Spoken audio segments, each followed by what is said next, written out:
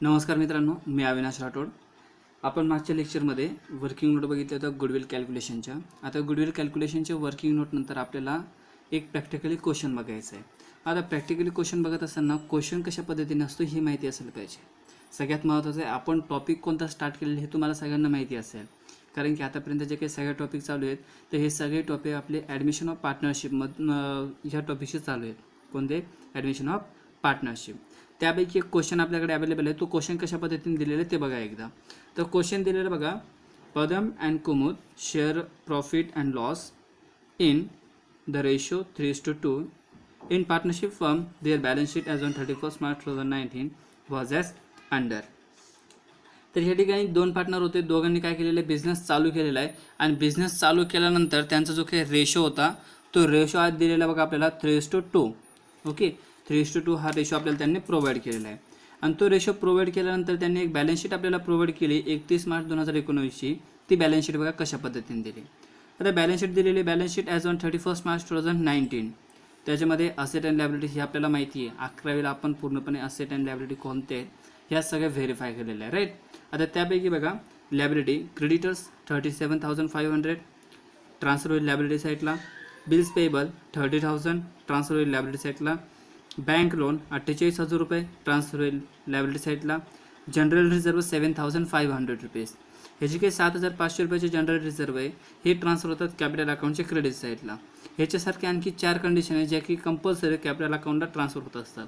त्या 4 कंडिशन कोणत्या आहेत मी हा क्वेश्चनच्या शेवटी तुम्हाला सांगणार आहे. तर रिझर्व्ह फंड 7,500 रुपये कॅपिटल अकाउंटच्या क्रेडिट साईडला ट्रान्सफर करायचं. पण कॅपिटल अकाउंटच्या क्रेडिटला ट्रान्सफर करत असताना त्या ठिकाणी हा जो बॅलन्स आहे ओल्ड पार्टनरला वाटून द्यायचा, जो काही त्यांचा रेशो दिलेला असेल त्या रेशोनुसार. ओके. त्यानंतर कॅपिटल, ज्या प्रकारे तुम्हाला मी सांगितलं ते जनरल रिझर्व्ह सारख्या 4 कंडिशन असतात त्यापैकी ही एक आहे. ओके, म्हणजे आतापर्यंत किती कंडिशन झाल्या? 2. एक जनरल रिझर्व्ह आणि कॅपिटल. ह्या दोन्ही कंडिशन कंपल्सरी आपल्याला कॅपिटल अकाउंटला ट्रान्सफर होतात. आणि कॅपिटल अकाउंटमध्ये ट्रान्सफर होईल बघा पद्मा अँड कुमुद. पद्माचा बॅलन्स दिलेला आहे 45,000 रुपये आणि कुमुदचा बॅलन्स दिलेला आहे 36,000 रुपये. दोघांचा बॅलन्स ट्रान्सफर होईल कॅपिटल अकाउंटच्या क्रेडिट साईडला, कारण की हा जर बॅलन्स लायबिलिटीला असेल तर ट्रान्सफर होणार कॅपिटल अकाउंटच्या क्रेडिट साईडला. आणि जर हाच बॅलन्स जर आपल्याला असेट साईडला जर प्रोव्हाइड केलेला असेल तर तो बॅलन्स ट्रान्सफर होतो कॅपिटल अकाउंटच्या डेबिट साईडला. ओके, ही झाली आपली लायबिलिटी साईड ट्रान्सफर. त्यानंतर आता असेट साईड बघूया कशा पद्धतीने दिली.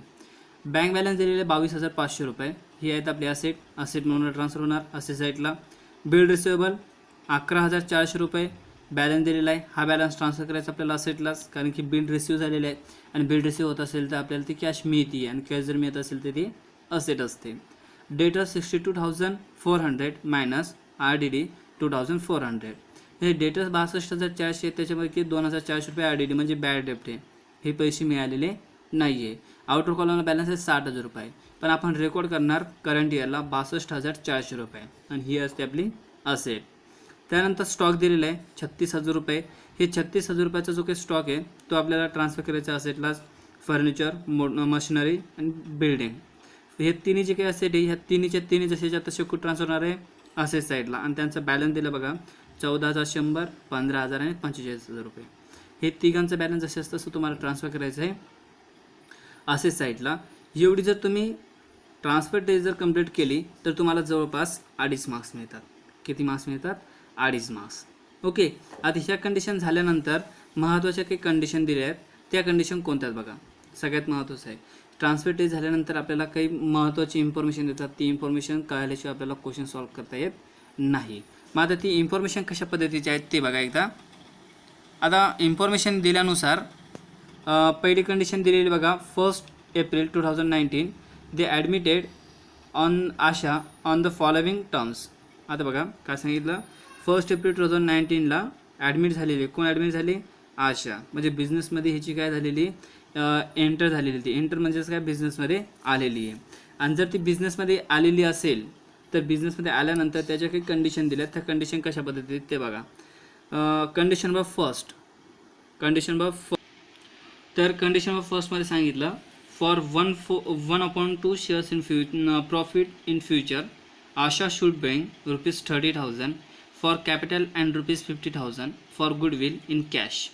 आता कंडिशन सांगितल्यानुसार आशा बिझनेसमध्ये आली आणि बिझनेसमध्ये आशा आल्यानंतर बिझनेसमध्ये आशा आल्यानंतर तिचा जो की profit and loss sharing ratio होता तो रेशो दिलेला जवळपास आपल्याला 1/2 एवढा तिचा रेशो आहे. आणि त्यासोबत ती बिझनेसमध्ये येत असताना कॅपिटल फंड प्रोव्हाइड केला 30,000 रुपयाचा. जर ती 30,000चा कॅपिटल फंड जर आपल्याला देत असेल तर ह्या कॅपिटल फंडचे 2 इफेक्ट घ्यायचे, कारण की आपल्या बिझनेसची अर्निंग झालेली आहे, राईट. आणि बिझनेसची अर्निंग होत असेल तर बिझनेस नक्कीच वाढणार आहे, त्यामुळे ह्याची 2 इफेक्ट घ्यावे लागतात. त्याचे 2 इफेक्ट घेत असताना फर्स्ट इफेक्ट कॅपिटल बॅलन्स मिळाला म्हणजेच काय वाढले आपले कॅश वाढले. ओके, काय वाढले आपले कॅश बॅलन्स वाढला, म्हणून कॅशमध्ये तो काय करायचा फर्स्ट इफेक्ट ॲड करायचा. आणि सेकंड इफेक्ट हा फंड कोण दिलेला आहे, आशाने दिलेला आहे. मग आशाने जर दिलेला असेल तर आशाच्या अकाउंटला तो ट्रान्सफर करावा लागेल. मग आशाने दिला म्हणजेच बिझनेस इज अ रिसिव्हर आहे. ओके, बिझनेसनं काय केलेलं आहे रिसिव्ह केलेलं आहे. पण या ठिकाणी पार्टनरनं काय केलेलं ते गिव्ह केलेलं आहे. मग पार्टनरने जर गिव्ह केलेलं असेल तर पर्सनल अकाउंटचा rule debit the receiver and credit the giver. पण कॅपिटल अकाउंटच्या क्रेडिट साईडला आपल्याला काय करावं लागेल आशाच्या अकाउंटला ते जसेच्या तसे रेकॉर्ड करावे लागते. त्यानंतर सांगितलं 15,000 रुपयाची गुडविल आहे पण ती कॅश आहे. ओके, जर गुडविल म्हणजेच काय एक प्रकारची बिझनेसचा प्रॉफिट असतो. टोटली काय असतो, टोटली तो प्रॉफिट असतो बिझनेसचा. आणि तो प्रॉफिट कशा पद्धतीने असतो हे तुम्हाला मी नेक्स्ट जे काही लेक्चर राहतील आपल्या त्या लेक्चरमध्ये ती कंटिन्यू एक्सप्लेनेशन होत राहील. आता 15,000 रुपयाची जी गुडविल आहे त्या गुडविलचे 2 इफेक्ट घ्यायचे. किती इफेक्ट घ्यायचे 2 इफेक्ट. मग आता 2 इफेक्ट घेत असताना त्या ठिकाणी 15,000चे 2 इफेक्ट घेत असताना फर्स्ट इफेक्ट बिझनेसमध्ये गुडविल आली म्हणजेच कॅश आली, आणि कॅश राहिली असेल तर कॅश बॅलन्स काय होणार आहे इन्क्रीज होणार आहे. इन्क्रीज झाल्यानंतर हे झालं फर्स्ट इफेक्ट कॅशमध्ये ॲड. पण सेकंड इफेक्ट मात्र 15,000 रुपये आपल्याला ट्रान्सफर करावे लागतील कॅपिटल अकाउंटच्या क्रेडिट साईडला, कारण की हे जो काही बॅलन्स आहे 15,000 रुपये आपल्याला तो बॅलन्स डिस्ट्रीब्यूट करून द्यावा लागतो ओल्ड पार्टनरला. ओके, ही झाली तुमची adjustment number first. Adjustment number सेकंडमध्ये काय सांगितलं बघा आपल्याला. ॲडजस्टमेंट नंबर सेकंड आहे जी की त्याच्यामध्ये सांगितलं आपल्याला half of the amount of goodwill in withdrawn by old partner in old partner. काय सांगितलं, half of amount goodwill is withdrawn by old partner. जी काही गुडविल आहे ती ओल्ड पार्टनरने अर्धे विड्रॉल केलेली आहे. विड्रॉल करणे म्हणजेच काय बिझनेसमधून पैसे काढणे. ओके, डिपॉझिट आणि विड्रॉल ह्या जे काही गोष्टी आहेत ह्या सोप्या गोष्टी तुम्हाला माहितीच आहे. आता बिझनेसमधून हाफ अमाऊंट विड्रॉन केली म्हणजेच काय झालं पैसे कमी झाले. बिझनेसचा जो की कॅश बॅलन्स होता तो काय होणार आहे डिक्रीज होणार आहे. म्हणजेच या ठिकाणी हाफ अमाऊंट आपण मायनस केलं म्हणजेच कॅशमधून लेस केलं. सेकंड इफेक्ट आता कॅशमधून लेस केलं म्हणजेच काय कॅपिटल अकाउंटच्या डेबिटला तो ट्रान्सफर करावा लागेल, कारण की पार्टनरने तो रिसिव्ह केलेला आहे. काय केलेला आहे पार्टनरने तो रिसिव्ह केला, म्हणून सेकंड इफेक्ट ट्रान्सफर करायचा आहे तो कॅपिटल अकाउंटच्या डेबिट साईडला. नेक्स्ट कंडिशन आहे condition number third. The stock is to be depreciate by 10% and machinery by 5%. स्टॉकवर स्टॉक आणि मशिनरी ह्या दोघांवर आपल्याला डेप्रिशिएशन सांगितलं, पण डेप्रिशिएशनचा जो काही रेट आहे दोघांचा वेगवेगळा दिला. आता जो काही स्टॉकचा डेप्रिशिएशन रेट आहे तो 10% आहे, मशिनरीचा 5% आहे. मग आता दोघांवर डेप्रिशिएशन दिलं. डेप्रिशिएशन हे तुम्हाला माहिती आहे 11वीला आपण स्पेशली डेप्रिशिएशन टॉपिक बघितला होता, आणि त्या स्पेशली जो काही डेप्रिशिएशन टॉपिक होता त्या डेप्रिशिएशनमध्ये बघितलं होतं की आपल्याला तो बॅलन्स काय करावा लागतो कंपल्सरी मायनस करावा लागतो, राईट. मग मायनस जर करायचं असेल तर या दोन्ही असेटमधून फर्स्ट इफेक्ट लेस करायचा. काय करायचा फर्स्ट इफेक्ट लेस करायचा. आणि सेकंड इफेक्ट याचा सेकंड इफेक्ट ट्रान्सफर होतो प्रॉफिट अँड लॉस अकाउंटच्या डेबिट साईडला, कारण की तुम्हाला माहिती आहे हा टोटली आपला लॉस असतो का नाही, तर लॉस नसून तो आपला एक्सपेन्सेस असतो, आणि एक्सपेन्सेस जर असेल तर ट्रान्सफर होतो प्रॉफिट अँड लॉस अकाउंटच्या डेबिट साईडला नॉमिनल अकाउंटनुसार. तर नॉमिनल अकाउंटचा रूल तुम्हाला माहिती आहे. ओके, ही झाली condition number third. Condition number four. RDD is to be maintain at ₹3,000. 3,000 रुपयाची RDD मेंटेन करायची. RDD मेंटेन करत असताना ह्याचे 2 इफेक्ट होतील. कंपल्सरी RDD डेटर्समधून मायनस करायची. काय करायची कंपल्सरी RDD डेटर्समधून मायनस करायची. आणि जर मायनस केले तर याचे 2 इफेक्ट होणार. फर्स्ट इफेक्ट डेटर्समधून लेस, आणि second effect profit and loss अकाउंटच्या डेबिट साईडला. Condition number last. Furniture should be appreciated to ₹16,050 and building be appreciated by 20%. Building आणि फर्निचर जे काही दोघं काय केलेलं आहे ॲप्रिसिएट झालेलं आहे. ॲप्रिसिएट म्हणजेच काय बिझनेसमध्ये त्याची वाढ झाली, त्यांची इन्क्रीमेंट झाली. आणि इन्क्रीमेंट जर होत असेल तर कंपल्सरी फर्स्ट इफेक्ट होणार त्यांचा असेटमध्ये ॲड. काय होणार आहे असेटमध्ये ॲड होणार आहे. आणि सेकंड इफेक्ट मात्र ट्रान्सफर होईल प्रॉफिट अँड लॉस अकाउंटच्या क्रेडिट साईडला, कारण की आता वाढ झालेली आहे, इन्क्रीज झालेली आहे, प्रॉफिट झालेलं आहे, आणि प्रॉफिट जर होत असेल तर नॉमिनल अकाउंटचा rule credit all income and gains, म्हणून प्रॉफिट अँड लॉस अकाउंटच्या क्रेडिट साईड. खाली एक महत्त्वाची इन्फॉर्मेशन दिली, pass the necessary journal entry in the books of firm. आपल्याला ह्याचे काय करायचे, पूर्णपणे जनरल एंट्री सॉल्व करायचे आहेत. पण एक महत्त्वाचं लक्षात ठेवा, जनरल एंट्री सॉल्व करत असताना जर तुम्हाला लेजर अकाउंट जर मात्र जमत असेल, लेजर अकाउंट जर तुम्ही व्हेरीफाय करत असाल तर तुमच्या एंट्रीज मात्र एकही चुकू शकत नाही. त्यामुळे आपण काय करूया, आज पहिले लेजर अकाउंट बनवून घेऊया आणि त्यावरून काय करूया, जे काही जनरल एंट्री असेल ती जनरल एंट्री आपण ह्याच्यावरून सॉल्व करून घेऊया. ओके, तर लेजर अकाउंट बनवत असताना लेजर अकाउंटचे जे काही स्पेसिमेन आहे हे कशा पद्धतीने असतं हे मी समोर ड्रॉ केलेले आहेत, ते तुम्ही बघून घ्या आणि तशा पद्धतीने जे काही. मित्रांनो बघा, आपण जे काही लेजर अकाउंट आहे ते लेजर अकाउंट बनवलेले आहेत. फर्स्ट लेजर अकाउंट आपला प्रॉफिट अँड लॉस, आपण त्याला टायटल दिलेलं आहे in the books of mister Padam and Kumud Asha, हे तिन्ही पार्टनर आहे आपले. ओके, फर्स्ट इन कोणता अकाउंट बनवला आपण, प्रॉफिट अँड लॉस बनवला. त्यानंतर सेकंड आहेत कॅपिटल अकाउंट. कॅपिटल अकाउंटमध्ये आता यांच्या तिघांचे काय करावं लागेल, आपल्याला नाव लिहून घ्यावं लागेल. पहिला पार्टनर होता आपला जो काही काय म्हणतात त्याचं नाव,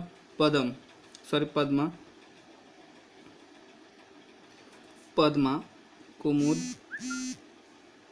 आणि शेवटी आहेत आशा. ह्या ठिकाणी जसेच तसे पद्मा, कुमुद आणि आशा. ओके, हा झाला आपला कॅपिटल अकाउंट. त्यांचा रेशो दिला होता 3:2. न्यू पार्टनर्स आपल्याकडे रेशो अवेलेबल नाही आहे, तो 1/2 आपण sacrifice ratio new ratio calculate करून त्याचा न्यू रेशो ते रेकॉर्ड करू शकतो. ओके, तर ह्या ठिकाणी हे झालं कॅपिटल अकाउंट. आणि इकडे आहेत आपली बॅलन्स शीट. काय आहेत, balance sheet year ended as on 31 March 2019. Okay, liability side, amount, asset and amount, या अशा पद्धतीने आपलं स्पेसिमेन राहणार आहे. आता आपण स्टार्ट करूया ट्रान्सफर स्टेजला. पहिले सगळ्यात महत्त्वाचं आहे की जो की तुम्हाला क्वेश्चन मी एक्सप्लेन करून दिला तो क्वेश्चन तुमच्याकडे अवेलेबल असायला पाहिजे, अदरवाईज तुम्ही तो क्वेश्चन सॉल्व करू शकत नाही आहे.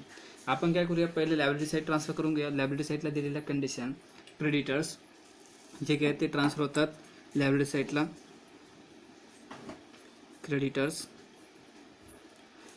आहेत आपल्याकडे 37,500 रुपयाचे. कितीचे, 37,500. त्यानंतर बिल्स पेबल दिलेले 30,000 रुपयाचे. काय दिलेत, बिल्स पेबल दिलेत 30,000 रुपयाचे. त्यानंतर दिलेले आहेत आपल्याला बँक लोन 48,000 रुपये. हे जे काही सगळे क्वेश्चनमध्ये आहेत बरं का, बँक लोन्स 48,000 रुपये. त्यानंतर प्रोव्हाइड केली ती आपल्याला कंडिशन जी काय होती जनरल रिझर्वची. जनरल रिझर्व ट्रान्सफर करायच्या अगोदर आपल्याला कॅपिटल ट्रान्सफर करून घ्यायचं आहे. कॅपिटल दिलेलं आपल्याला क्वेश्चनमध्ये बघा, कॅपिटल ट्रान्सफर होतो कॅपिटल अकाउंटच्या क्रेडिट साईडला आणि इथं टायटल असेल बाय बॅलन्स ब्रॉड डाऊन. मागच्या वर्षीचा बॅलन्स जर करंट इयरला जर घेत असेल तर तो बॅलन्स ब्रॉड डाऊन असतो. जसं तसा बॅलन्स ट्रान्सफर करून घ्या. 45,000 रुपये आणि सेकंड इयर 36,000 रुपये. हे झालं दोघांचं बॅलन्स ट्रान्सफर. त्यानंतर general reserve bye general reserve, जे काही जनरल रिझर्व आहे 7,500 रुपये, याचं डिस्ट्रीब्युशन करायचं आहे. आणि 7,500 रुपयाचं डिस्ट्रीब्युशन करत असताना त्याचं जे काही डिस्ट्रीब्युशन असेल तो असेल पाहिजे आपल्या जवळपास 4,500 आणि 3,000 रुपये. किती, 4,500 आणि 3,000 रुपये. हे कॅल्क्युलेशन कशा पद्धतीने येतं बघा, ती या ठिकाणी शॉर्टकट करून दाखवतो मी. 7,500 भागिले 5, हे 5 कोणते आले, 3 आणि 2 5. याला जर आपण भाग दिला तर उत्तर येतो 1,500. आता 1,500 multiply 3 is equal to 4,500 and 1,500 multiply 2 is equal to 3,000. ही झाली पूर्णपणे आपली लायबिलिटी साईड ट्रान्सफर. ओके, आता लायबिलिटी साईड ट्रान्सफर झाल्यानंतर आपल्याला असेट साईड ट्रान्सफर करावं लागेल आणि असेट साईडच्या कंडिशन आपण ट्रान्सफर करूया आता. ओके, असेट साईडच्या कंडिशन असेटला ट्रान्सफर करायच्या आहेत आणि असेटला ट्रान्सफर करत असताना फर्स्ट इन दिलेली जी कंडिशन होती आपल्याला बँकची, कोणती दिली होती, बँक दिली होती. मग बँक जी आहे ती सगळ्यात शेवटी घ्यायची. पहिले आपण बँक सोडून बाकी सगळ्या कंडिशन ट्रान्सफर करून घेऊया. बिल्स रिसिवेबल दिलेलं पहिले आपल्याला, बिल्स रिसिवेबल, बिल रिसिवेबल दिलेलं बघा 11,400 रुपये, 11,400. डेटर्सचा बॅलन्स मी तुम्हाला सांगितलं होता ओपनिंगचा घ्यायचा आहे. ओपनिंगचा घेऊया आपण 62,400 रुपये. त्यानंतर जे काही नेक्स्ट आहेत स्टॉकवर ॲडजस्टमेंट दिलेली म्हणून आपण काय करूया, इनर कॉलमला रेकॉर्ड करूया. इनर कॉलम म्हणजे अलीकडचा आणि आउटर कॉलम म्हणजे त्याच्या ऑपोजिट साईडचा म्हणजे त्याच्या बाजूचा. स्टॉक आहे 36,000 रुपये, याच्यावर ॲडजस्टमेंट असल्यामुळे त्याला इनर कॉलमला ठेवायचा. त्यानंतर पुन्हा फर्निचरवर पण ॲडजस्टमेंट आहे 14,100 रुपये. मशिनरी जी काही ट्रान्सफर ही व्यवस्थित काळजीपूर्वक ट्रान्सफर करायची. एखादी जर अमाऊंट जर चुकीची ट्रान्सफर जर झाली तर क्वेश्चन मात्र आपलं चुकू शकतो. ओके, हे व्यवस्थितपणे चेक करून घ्यायचे. बिल्डिंग 45,000 रुपये. आणि शेवटी कंडिशन राहिली ती आपली बँकची, जी काही ती बँक ट्रान्सफर करायची. ओके, आता या ठिकाणी बँक आहे जवळपास आपल्याकडे 22,500 रुपये. तर ही झाली आपली पूर्णपणे ट्रान्सफर टेस्ट कंप्लीट. तर ट्रान्सफर टेस्ट करत असताना सगळ्या कंडिशन व्यवस्थितपणे ट्रान्सफर झाल्या का ते चेक करून घ्यायचे. जर अदरवाईज जर आपल्या कंडिशन एखादी कंडिशन जर चुकली तर आपल्याला मात्र प्रॉब्लेम येऊ शकतो. ओके, तर आपल्याकडे जे काही होत्या कंडिशन सगळ्या कंडिशन आपण ट्रान्सफर केलेल्या एक वेळेस मी व्हेरीफाय करून घेतो. अमाऊंट किती येते या 1 2 3 4 5 6 7 आणि माझ्याकडे क्वेश्चन अवेलेबल आहे. त्या क्वेश्चनमध्ये बघा 7 कंडिशन आहेत कासेटच्या 1 2 3 4 5 6 7 राईट. तर कंडिशन आपण सगळ्या ट्रान्सफर केलेल्या आहेत. कंडिशनवर फर्स्ट ट्रान्सफर करायची. मग आता कंडिशनवर फर्स्ट काय होते आपली, तर ती कंडिशनवर फर्स्ट बघा. कंडिशनवर फर्स्टमध्ये सांगितलं होतं आपल्याला 1/2 shares in profit in future Asha should bring ₹30,000 for capital and ₹15,000 for goodwill in cash. जे काही कॅपिटल फंड होता तो कॅपिटल फंड आपल्याला मिळालेला आहे आशा या पार्टनरकडून. मग अशा या पार्टनरकडून जर आपल्याला कॅपिटल फंड जर मिळालेला असेल तर त्याचा इफेक्ट काय घ्यायला सांगितलं होतं तुम्हाला, मी कॅशमध्ये ॲड करायला सांगितलं होतं. पण आपल्याकडे कॅश बॅलन्स अवेलेबल नसल्यामुळे इथे बँक आहे. मग हे काय करायचं, बँकमध्ये ॲड करायचं आहे. मग बँकमध्ये ॲड करत असताना ह्या ठिकाणी ॲड आशा कॅपिटल. आशानं किती दिला होता कॅपिटल आपल्याला 30,000 रुपये. ओके, हे 30,000 रुपये ह्याच्यात ॲड करायचे. दोघांची टोटल असेल 52,500. हे जे 30,000 रुपये आपण इथे ॲड केले तो बॅलन्स ट्रान्सफर करायचा कॅपिटल अकाउंटच्या क्रेडिट साईडला. कुठं ट्रान्सफर करायचा, कॅपिटल अकाउंटच्या क्रेडिटला. आणि ज्या ठिकाणी आशाचा अकाउंट आहे तिथं. आणि टायटल द्यायचा बाय बँक अकाउंट. काय असेल, बाय बँक अकाउंट 30,000. ही झाली कंडिशन फर्स्टमधली हाफ कंडिशन. त्याच्यामध्ये आणखी एक कंडिशन सांगितली होती गुडविलची. गुडविल किती दिली ती आपल्याला 15,000 रुपये, पण ती कशी होती, कॅश होती. मग जर कॅश जर गुडविल असेल आपल्याकडे तर ती कॅश जशीच्या तशी घेऊन टाकायची. कॅश आणि इथं लिहायचं गुडविल. काय लिहायचं, गुडविल लिहायचं. ओके, किती होती गुडविल आपल्याकडे 15,000 रुपये. हे ट्रान्सफर केले. आणि ह्याचा सेकंड इफेक्ट ट्रान्सफर करायचा कॅपिटल अकाउंटच्या क्रेडिट साईडलाच. ओके, तर कॅपिटलच्या क्रेडिटला ट्रान्सफर करत असताना या ठिकाणी टायटल द्यायचा पुन्हा बाय गुडविल अकाउंट. आणि जे काही ओल्ड पार्टनर होते या ओल्ड पार्टनरला ह्याचं डिस्ट्रीब्युशन करून द्यायचा. आता ओल्ड पार्टनर डिस्ट्रीब्युशन करून देत असताना 3:2 या रेशोमध्ये 15,000 रुपयाचं आपल्याला काय करायचं आहे, ते डिस्ट्रीब्यूट करायचं आहे. आणि ते डिस्ट्रीब्यूट करत असताना त्यांचा बॅलन्स असायला पाहिजे जवळपास 9,000 आणि 6,000 रुपये. किती, 9,000 आणि 6,000 रुपये. अशा पद्धतीने आपला तो बॅलन्स यायला पाहिजे. म्हणजे ते डिस्ट्रीब्युशन आपण 3:2 या रेशोनुसार करतोय म्हणून. इथं 9,000 आणि 6,000 रुपये. हे झाले कंडिशन नंबर फर्स्ट आपले सॉल्व. आता त्यानंतर कंडिशन नंबर जी काही सेकंड होती ती कशा पद्धतीने होती बघा. कंडिशन नंबर सेकंडमध्ये सांगितली होती half of the goodwill withdrawn by old partner. Half of the amount withdrawn by old partner. आणि ओल्ड पार्टनरनं जर अमाऊंट विड्रॉन जर केलेली असेल तर ती विड्रॉन केल्यानंतर त्याचे 2 इफेक्ट होतात. ते कशा पद्धतीने बघा. फर्स्ट जी काही गुडविल होती त्याच्यामधून हाफ अमाऊंट काय करायची, मायनस करायची. Less half amount of goodwill. Half amount किती होईल, 15,000चे 7,500 रुपये. आउटर कॉलमला 7,500 रुपये. याचे काही 7,500 रुपये आहेत. ही विड्रॉन केली म्हणजेच काय, बिझनेसमधून गेली. आणि बिझनेसमधून गेल्यानंतर कोणी रिसिव्ह केली, ते पार्टनरने रिसिव्ह केलेली. आणि जर पार्टनर जर रिसिव्ह करत असेल तर पार्टनर अकाउंटच्या डेबिट साईडला टू गुडविल. आता एक लक्षात ठेवायचं, ॲडमिशन टॉपिकमध्ये गुडविल मात्र लास्ट पार्टनर म्हणजे जो इन्कमिंग पार्टनर असतो ह्याला कोणत्याही पद्धतीने दिली जात नाही. आणि ज्या वेळेला गुडविल दिला जाईल त्यावेळेला ट्रीटमेंट मात्र त्याची वेगळी राहील. ती ट्रीटमेंट जेव्हा आपला क्वेश्चन त्या पद्धतीचं असेल त्यावेळेला तुम्हाला ती सांगितलं जाईल. मग आता 7,500 रुपयाचं डिस्ट्रीब्युशन करायचं आहे दोघांमध्ये. आणि दोघांमध्ये डिस्ट्रीब्युशन करत असताना बॅलन्स येईल 4,500 आणि 3,000 रुपये. ही झाली कंडिशन नंबर सेकंड तुमची. त्यानंतर कंडिशन नंबर थर्ड. तर कंडिशन नंबर कोणती आपली थर्ड नंबरची.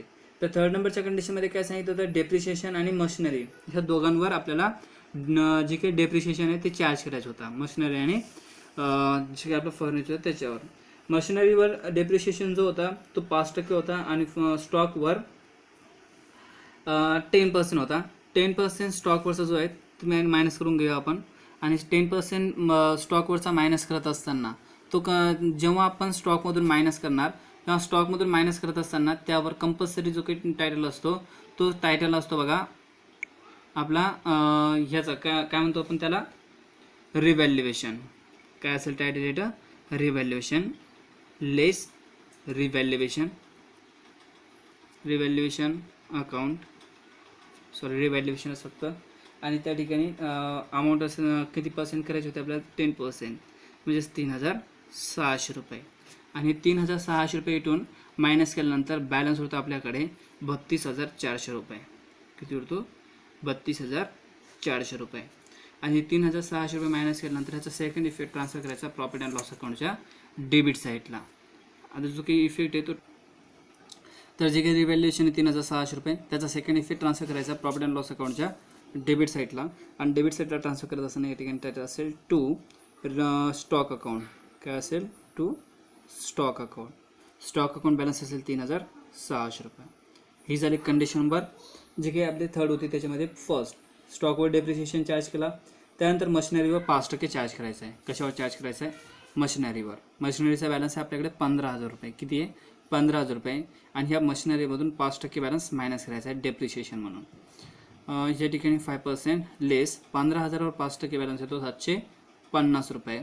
आणि 750 रुपये जर बॅलन्स आपण मायनस केला तर बॅलन्स होतो 14,250 रुपये. किती उरतो, 14,250 रुपये. हा बॅलन्स जो की 750 रुपये आपण मायनस केला त्याचा सेकंड इफेक्ट पुन्हा ट्रान्सफर करायचा प्रॉफिट अँड लॉस अकाउंटच्या डेबिट साईडला टू मशिनरी म्हणून. To machinery account. To machinery account balance असेल 750 रुपये. ही झाली कंडिशन नंबर थर्ड तुमची solve. Condition number 4. Condition number 4 काय आहे आपली, त्यामध्ये RDD मेंटेन करायचं सांगितले होते आपल्याला. काय, RDD मेंटेन करायचं सांगितले होते. आता RDD मेंटेन करत असताना सगळ्यात महत्त्वाची कंडिशन आपली, तर RDD मेंटेन करत असताना जी काही आपल्याला बॅलन्स दिलेले डेट असतं 62,400 रुपये, याच्यामधून 3,000 रुपये मायनस करू आपण. 3,000 रुपये मायनस लेस RDD किती, 3,000 रुपये. 3,000 रुपये मायनस केले की बॅलन्स किती होतो आपल्याकडे, 59,400 रुपये. 59,400 रुपये. 59,400 रुपये बॅलन्स जो काय तो आपल्याकडे उरला, राईट. आता 59,400 रुपये जो बॅलन्स उरला आणि आपल्या बॅलन्स शीटमध्ये बॅलन्स होता 60,000 रुपये. दोघांचा डिफरन्स किती आहे, 60,000 मायनस 59,400, 600 रुपये. मग जो काही 600 रुपयाचा बॅलन्स आहे तो ट्रान्सफर करायचा पुन्हा प्रॉफिट अँड लॉस अकाउंटच्या डेबिटला टू RDD म्हणून. काय, टू RDD म्हणून. आणि तो जो बॅलन्स असेल तो या ठिकाणी रेकॉर्ड करायचा. किती बॅलन्स रेकॉर्ड करायचा, तो 600 रुपये. ओके, ही झाली कंडिशन नंबर तुमची 4. आता कंडिशन नंबर लास्ट, जी काय कंडिशन नंबर लास्ट खूप सोपी आहे, जे काही तुम्ही आतापर्यंत भरपूर वेळेस बघितली ती. आता ॲप्रिशिएशन आहे. ॲप्रिशिएशन झालं तर आपला फर्निचर आणि बिल्डिंगमध्ये. फर्निचरवर ॲप्रिशिएट झालं तर 16,050 रुपये म्हणून सांगितलं बघा. फर्निचरचा बॅलन्स किती सांगताय, 16,050 रुपये. आणि 16,050 रुपये सांगत असताना जे काही आहेत तर त्या ठिकाणी 14,100 रुपये ऑलरेडी बॅलन्स दिलेला आहे आणि 16,050 रुपये असायला पाहिजे. मात्र दोघांचा डिफरंट येतो जवळपास 1950 रुपयाचा. कितीचा तो, 1950 रुपयाचा आपला हा जो काही डिफरंट आहे तो डिफरंट आपल्याला ह्या ठिकाणी बघायला भेटतो. आणि तो डिफरंट कॅल्क्युलेट केल्यानंतर ह्या ठिकाणी हा बॅलन्स काय झालेला आहे, ॲड झालेला आहे. ॲड तो कशा होऊन आला, 14,100 प्लस 1950 बरोबर 16,050 रुपये. म्हणून हा जो काही बॅलन्स आहे तो आपण ह्या ठिकाणी रेकॉर्ड केलेला आहे. ओके, 1950 रुपये ॲड झाले तर सेकंड इफेक्ट ट्रान्सफर करायचा प्रॉफिट अँड लॉस अकाउंटच्या क्रेडिट साईडला बाय मशिनरी म्हणून. काय म्हणून रेकॉर्ड करायचा, मशिनरी म्हणून. आणि मशिनरीचा बॅलन्स असेल 750 रुपये, सॉरी 1950 रुपये. हे झालं मशिनरीचं. त्यानंतर बिल्डिंगवर सुद्धा आपल्याला काय सांगितलं होतं, ॲप्रिशिएशन सांगितलं होतं. कशावर सांगितलं होतं, बिल्डिंगवर. आणि बिल्डिंगवर ॲप्रिशिएट सांगितलं होतं आपल्याला जवळपास 20%. किती सांगितलं होतं, 20% बिल्डिंगवर आपल्याला ॲप्रिशिएट सांगितलं होतं. Add appreciation by 20%. 45,000वर 20% बॅलन्स येतो 9,000 रुपये आणि 9,000 रुपये बॅलन्स ॲड केल्यानंतर बॅलन्स येतो जवळपास आपला 54,000 रुपये. किती येतो? 54,000. हा झाला ॲप्रिशिएशनचा. ॲप्रिशिएशन झाल्यानंतर याचा सेकंड इफेक्ट ट्रान्सफर करावा होता आपल्याला प्रॉफिट अँड लॉस अकाउंटच्या क्रेडिट साईडला बाय बिल्डिंग म्हणून. बिल्डिंगमध्ये किती वाढ झाली? 9,000ने. ओके, ह्या झाल्या सगळ्या कंडिशन आपण सॉल्व्ह केल्या. आता सगळ्यात महत्त्वाची कंडिशन आपली टोटलची. राईट, आता टोटल कशा पद्धतीने असते ते बघूया आपण. ओके, आता टोटल करत असताना या दोन्ही साईडची टोटल करायची. जी साईड टोटल जास्त असेल ती दोन्ही साईडला रेकॉर्ड करून घ्यायची. दोन्ही साईडची टोटल म्हणजे क्रेडिट साईडची टोटल जास्त आहे 10,950 रुपये. ती डेबिटला सुद्धा रेकॉर्ड करायची 10,950 रुपये. आणि 10,950मधून हा जो बॅलन्स आहे तो मायनस करायचा आणि तो मायनस केल्यानंतर बॅलन्स उरतो आपला 6,000 रुपये. किती उरतो? 6,000 रुपये. आणि जो हा 6,000 रुपयाचा बॅलन्स उरला ह्याला टायटल द्यायचं to balance carried down. To balance carried down. आणि कॅरेट डाऊन झालेला बॅलन्स दोघांना वाटून द्यायचा. जे काही पद्मा आणि कुमुद आहे त्या दोघांना काय करायचं? वाटून द्यायचं 3:2 या रेशोमध्ये. 3:2 या रेशोमध्ये वाटत असताना त्यांचं डिस्ट्रीब्युशन येईल आपल्याला.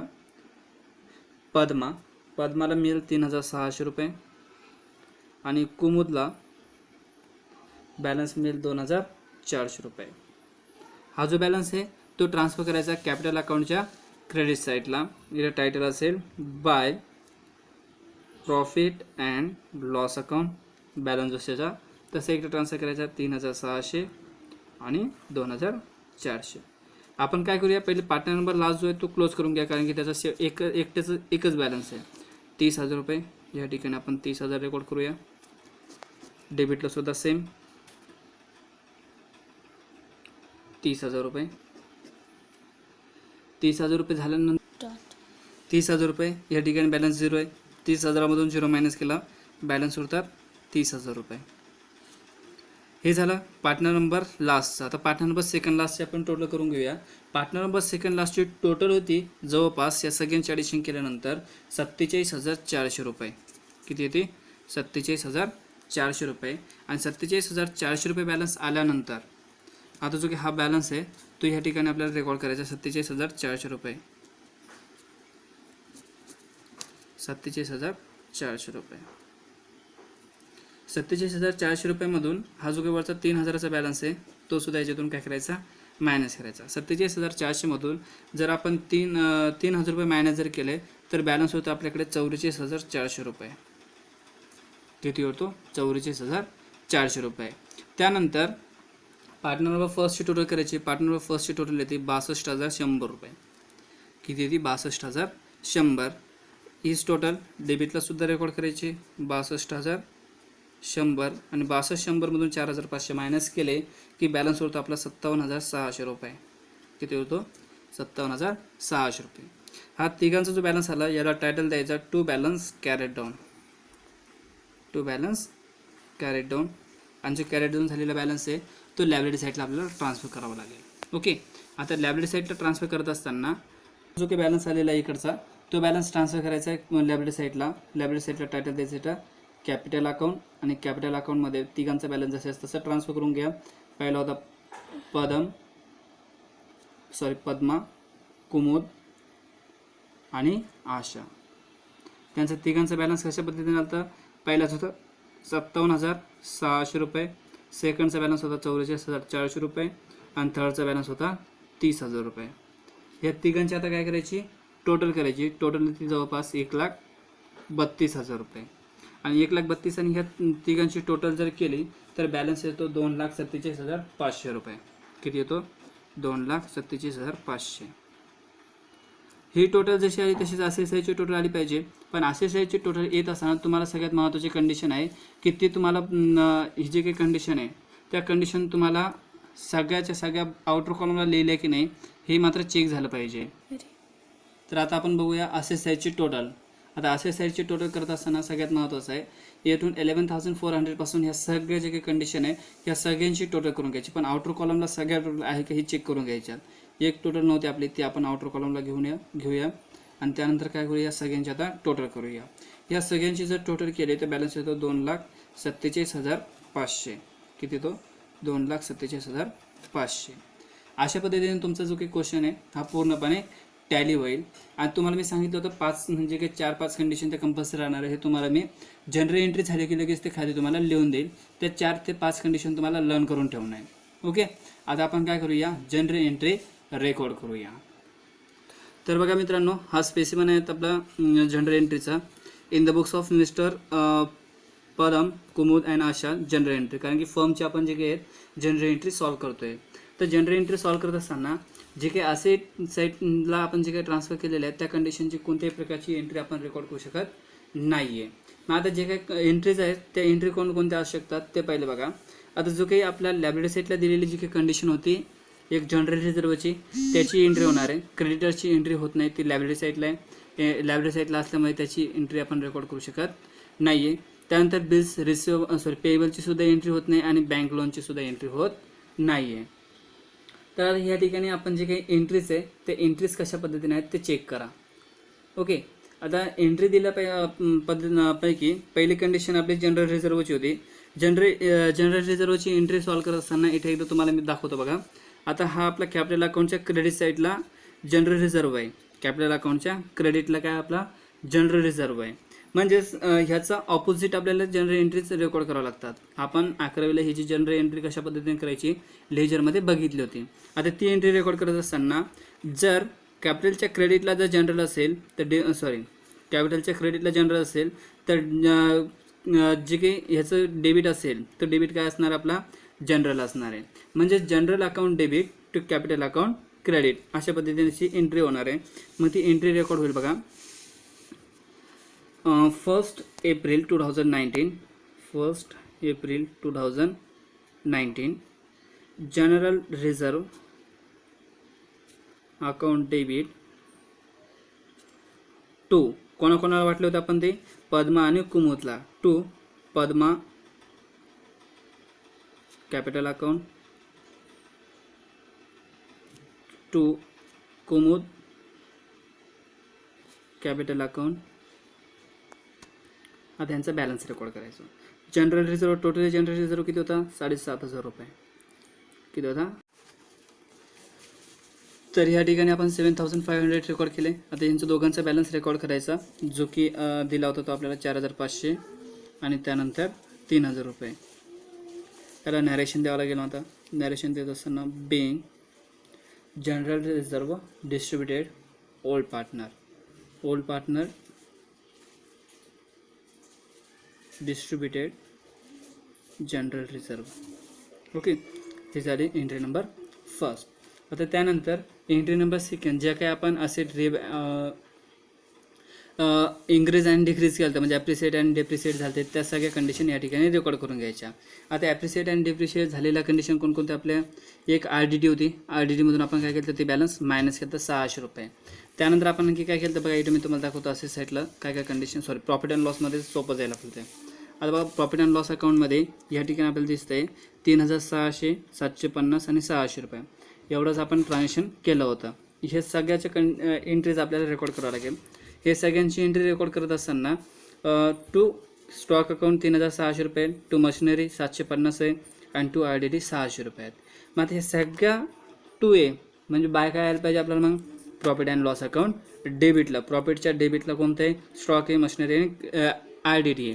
मग ह्याची एंट्री रेकॉर्ड करत असताना एंट्री असेल बघा डेट सेम राहील. Profit and loss account debit amount असेल सगळ्यांची टोटल 4,950. टू RDD किती होती 600 रुपये. टू त्यानंतर स्टॉक अकाउंट स्टॉक होता आपल्याकडे 3,600 रुपये आणि त्यानंतर होतं to machinery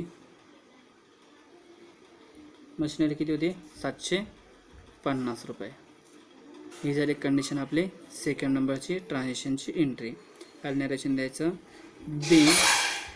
decreases value asset decreases asset decreases, assess decreases.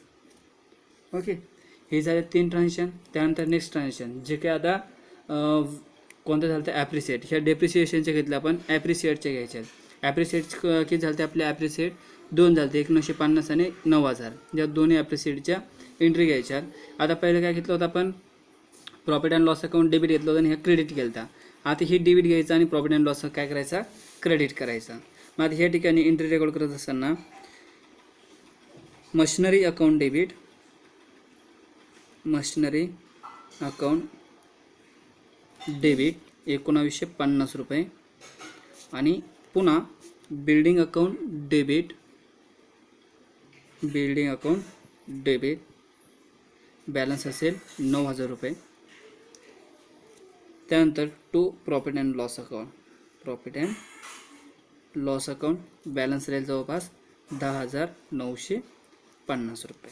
आणि ह्याला टायटल द्यायचं बिंग असेट ॲप्रिशिएट. काय ॲप्रिशिएट, ॲप्रिशिएशन किंवा ॲप्रिशिएट कोणते लिहू शकतो.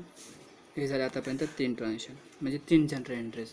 त्यानंतर नेक्स्ट एंट्री येते जे की आपण प्रॉफिट अँड लॉस क्लोज करत असताना जो आपला लॉस झाला होता ते. आता ह्याची एंट्री रेकॉर्ड करायची. म्हणजे आतापर्यंत आपण 3 एंट्री कोणकोणत्या रेकॉर्ड केला. सगळ्यात पहिली एंट्री रेकॉर्ड केली आपण जनरल रिझर्वची, ही एंट्री होती. ह्याची एंट्री होत नाही. ओके, एंट्री ही झाली. ह्याच्यानंतर जे काही डेप्रिशिएशन होते त्याची एंट्री रेकॉर्ड केली आणि त्यानंतर जी ॲप्रिशिएशन होती त्यांची एंट्री रेकॉर्ड केली. आता जो बॅलन्स कॅरी डाऊन झाला होता म्हणजेच लॉस झाला होता त्याची एंट्री रेकॉर्ड करूया. आणि ती एंट्री रेकॉर्ड करत असताना कंडिशन बघा, डेट सेम राहणार सगळ्यांना. आता त्या ठिकाणी पुन्हा एंट्री राहील आपली profit and loss account debit, profit and loss account debit balance राहील 6000 रुपये. टू पद्मा कॅपिटल अकाउंट,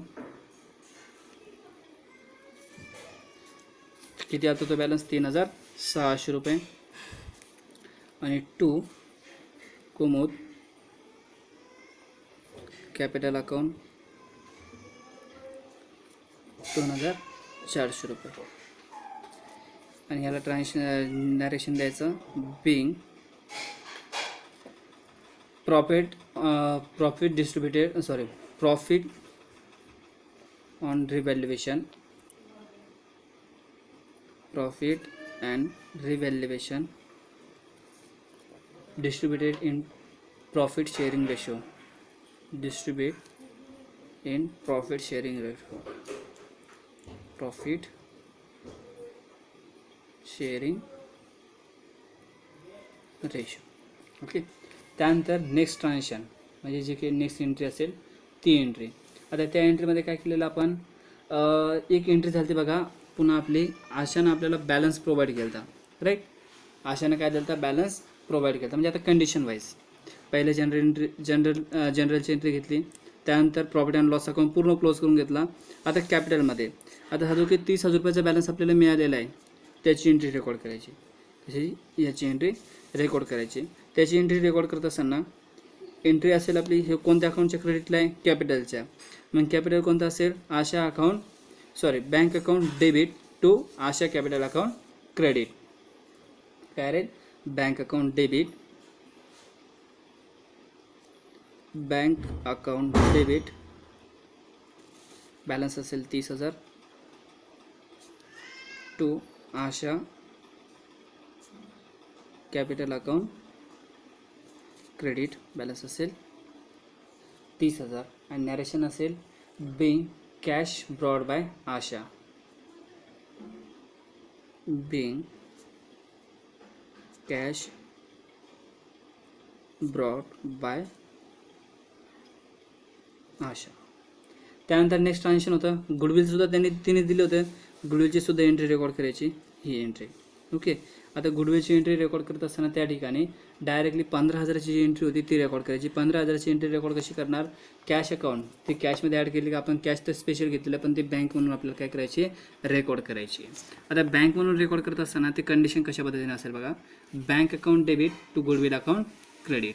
काय एंट्री राहील ती, bank account debit to goodwill account credit, bank account debit to goodwill account credit. आता बँकेत गुडविल किती मिळाली होती आपल्याला 15,000 रुपये, राईट. आणि 15,000चा इफेक्ट आपण या ठिकाणी रेकॉर्ड केला. मग आता ही जी की गुडविल होती ती आपल्याला कॅश म्हणून मिळाली होती, तिचं नॅरेशन द्यायचं. Being cash brought by Asha as a goodwill, cash brought by Asha, मी इकडे लिहून घेतोय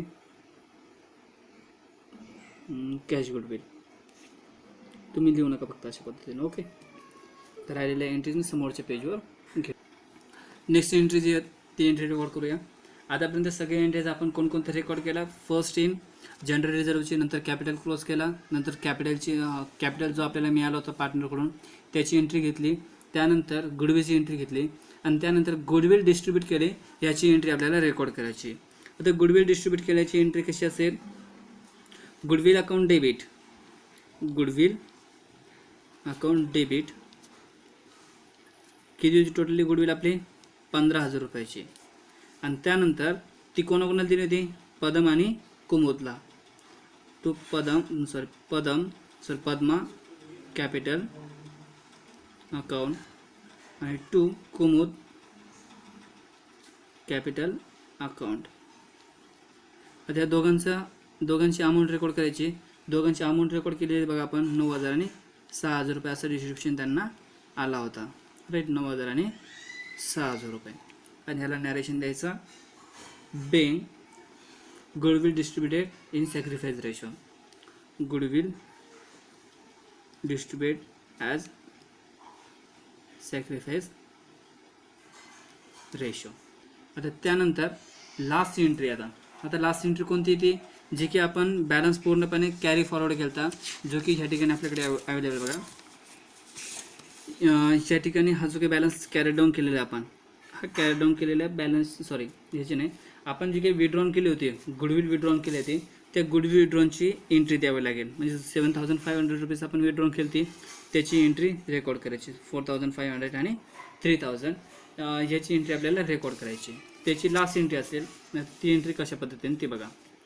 आता ह्या ठिकाणी डेट सेम आपल्या सगळ्या. एंट्री असेल पद्मा अकाउंट डेबिट, त्यानंतर कुमुद अकाउंट डेबिट टू या ठिकाणी असेल बँक, कारण की बँकेतून हे जे काही बॅलन्स होता विड्रॉन झालेला आहे, राईट. पद्माची किती होती 4,500 रुपये आणि कुमुदची होती 3,000 रुपये. आणि शेवटी बँकेने विड्रॉन केले ते 7,500. ही झाली last entry गुडविलची.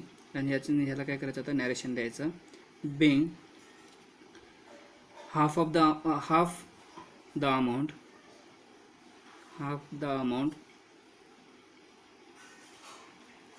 Amount goodwill withdrawn by old partner, goodwill withdrawn by old partner. हे झाले पूर्णपणे आपलं लेजर्स आहेत जनरल एंट्री. ओके, जे काही 5 कंडिशन तुम्हाला मी सांगणार होतो त्या कंडिशन बघा. एक असते capital account, capital account, current account,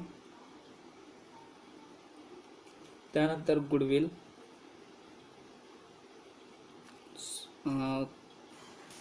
capital account, current account, त्यानंतर पार्टनर लोन,